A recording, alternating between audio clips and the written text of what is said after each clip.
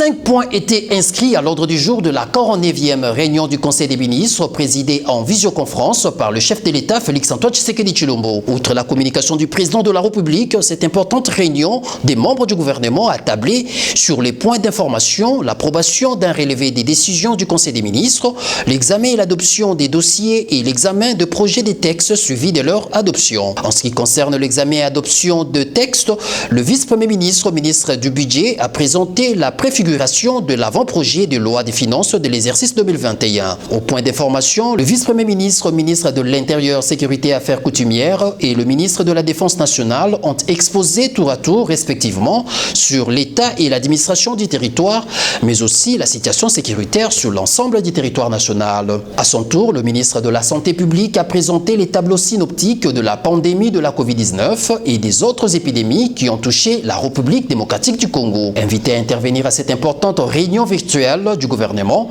le gouverneur de la Banque centrale du Congo a quant à lui présenté l'évolution de la situation financière récente sur les marchés d'échange de la République démocratique du Congo, dont il a rassuré qu'il pourrait arriver à avoir un taux annualisé d'inflation inférieur à 20% si le pays maintient ses efforts dans la bonne gouvernance.